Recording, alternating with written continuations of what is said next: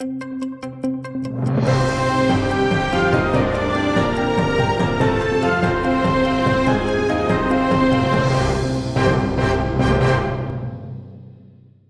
Верховній Раді України зареєстровано законопроект, який має відновити незалежність Національного антикорупційного бюро та спеціалізованої антикорупційної прокуратури. Його вже підтримали 48 народних депутатів з різних фракцій. Законопроект передбачає повернення реальної автономії для ключових органів, які розслідують корупцію на найвищому рівні. Це одна з вимог українського суспільства та міжнародних партнерів, які стежать за реформами в Україні. Обговорення документу відбувається на тлі критики чинного закону 12414, який, як вважається, обмежив повноваження НАБУ і САП.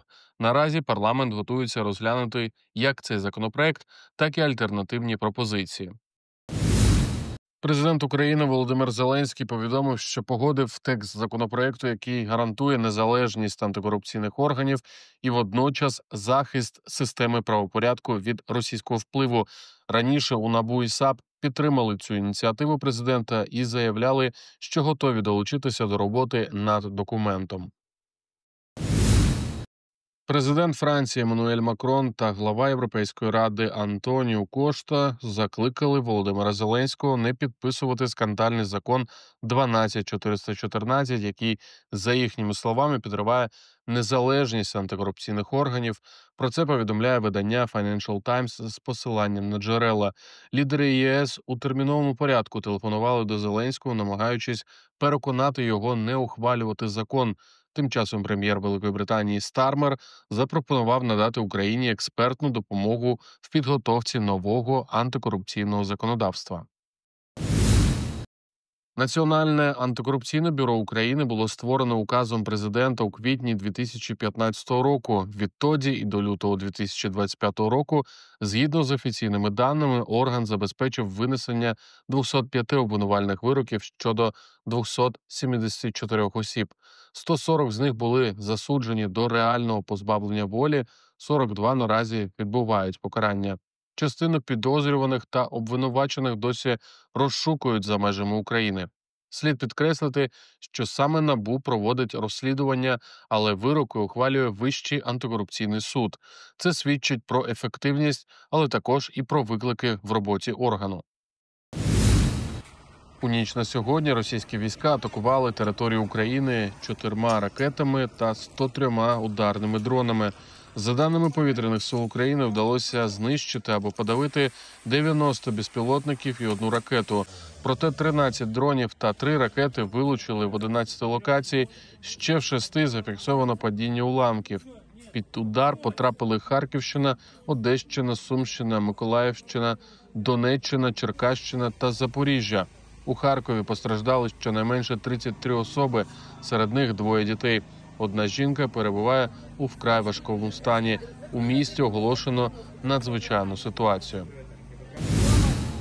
Серед звільнених 23 липня українських військовополонених Арслан Аннаєв, військовослужбовець 139-го батальйону ТРО.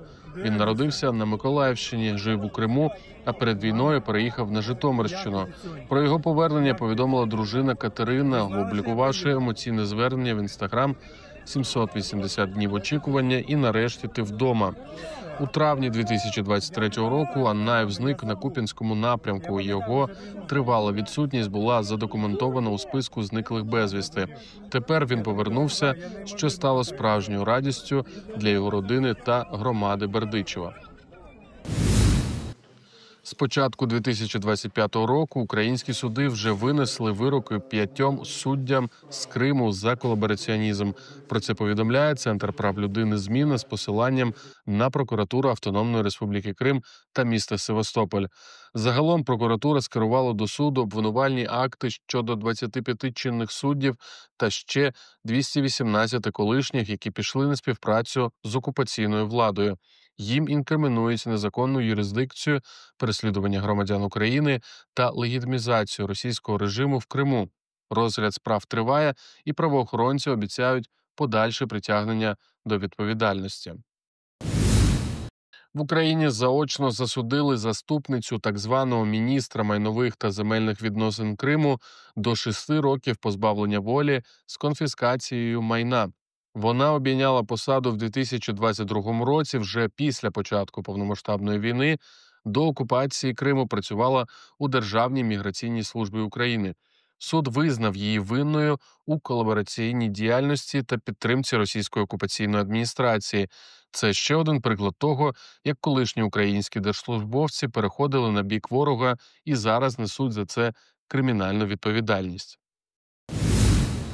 Президент США Дональд Трамп заявив, що Євросоюз погодився покривати 100% вартості американської військової техніки, яка постачатиметься Україні.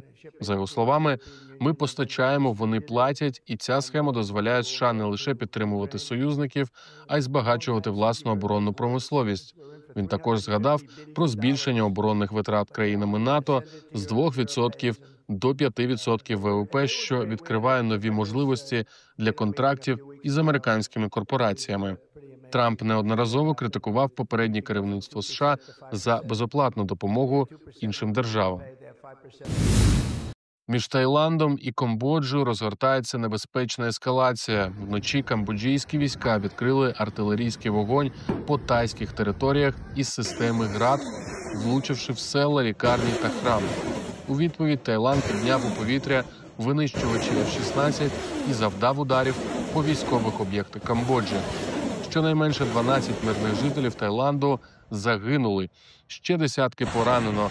З прикордонних регіонів евакуйовано понад 40 тисяч людей. Країни закрили кордони, відкликали послів і почали стягувати війська. Причиною конфлікту є суперечки за невизначені ділянки сухопутного кордону, які тривають понад століття.